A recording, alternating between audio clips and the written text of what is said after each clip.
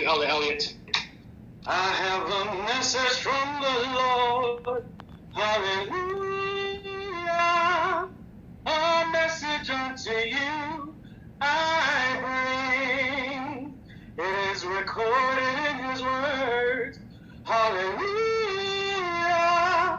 It is only that you look and live. I've got a message from the Lord. Hallelujah. A message unto you I bring.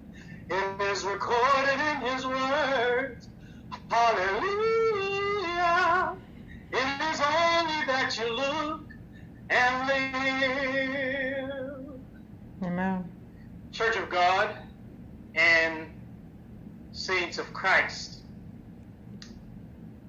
Pastor Elliott, Bishop Albert Everton Hall, our executive officer, Pastor Elliott, elders, deacons, Caribbean exhorters, sister evangelists, sister elders, saints of the Most High God, daughters of Jerusalem, sisters of mercy, and sons of God's most holy prophet. I say all hail to the bishop and saints. Is it well with thee? All hail, it is well. I trust that it is well with your souls.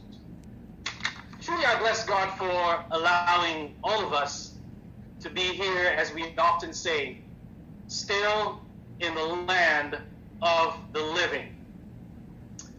I thank God that once again he has shown himself as a deliverer. Dear Bishop was hospitalized, but now he's home.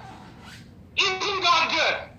Amen. Isn't God mighty? Amen. Isn't God powerful? Amen. Oh, somebody should be jumping up right now, not for me, but don't you know that there's been millions of people who've been in the hospital and didn't make it out.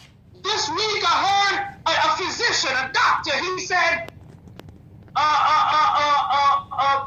mother and the daughter came in to the emergency room, and he said only one made it home. Oh, I know we serve a great God. I know we serve a compassionate God. I know we serve a God who is indeed a healer. And so I thank God for Bishop Hall, and I pray God will continue to touch his body and heal him in a way that only God knows how. Bishop is my former pastor. And I'll tell you this, were it not for COVID-19, the moment I heard I would have been there, I would be in Jamaica right now to see Bishop Hall if it weren't for COVID-19. Just as I went down when I heard that my own father was hospitalized. I love his spirit. You know, his spirit of humility. If you're riled up, if you're upset, if you're angry, and you hear the voice of Bishop Hall, it'll take you down a notch. And so I love that about him. I thank God for Pastor Elliott and just for our friendship over the years. As he stated, we were indeed thinking about each other. But I called him yesterday. You know, I thought to myself, well, you know, the elder hasn't mentioned anything about, you know, me speaking all week, so I know that for sure he's not going to ask me at this time. And he actually did and was thinking about it through his mind.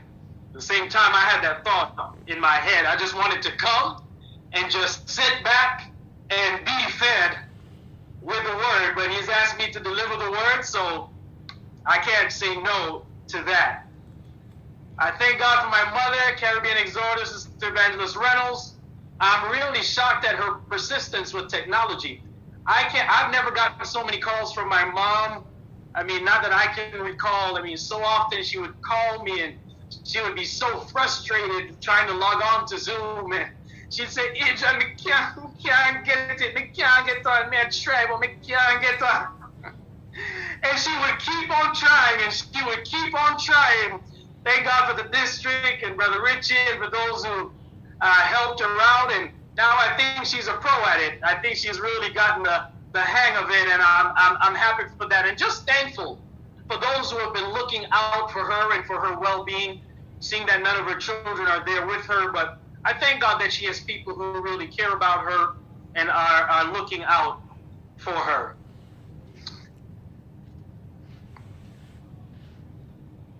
At this time, I would like to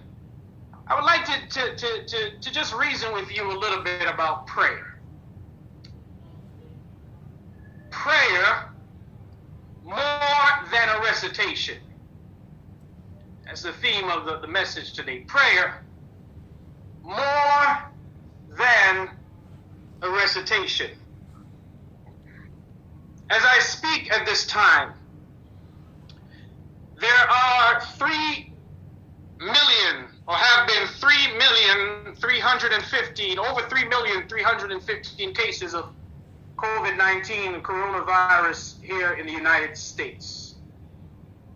There has been almost 137,000 deaths. In Florida, many of our hospitals, 40 of our hospitals, ICUs, intensive care units, are maxed out. They're up to capacity. And that list of hospitals maxing out keeps growing. So as people of God, we know for sure that it is time to pray. But I'm just here this afternoon to make one point. And all the scriptures that I'll be reading and all that I'll be bringing to your attention leads to that singular point. We must begin to realize that prayer is more than a recitation. I'd like to draw your attention to the 6th chapter of St. Matthew.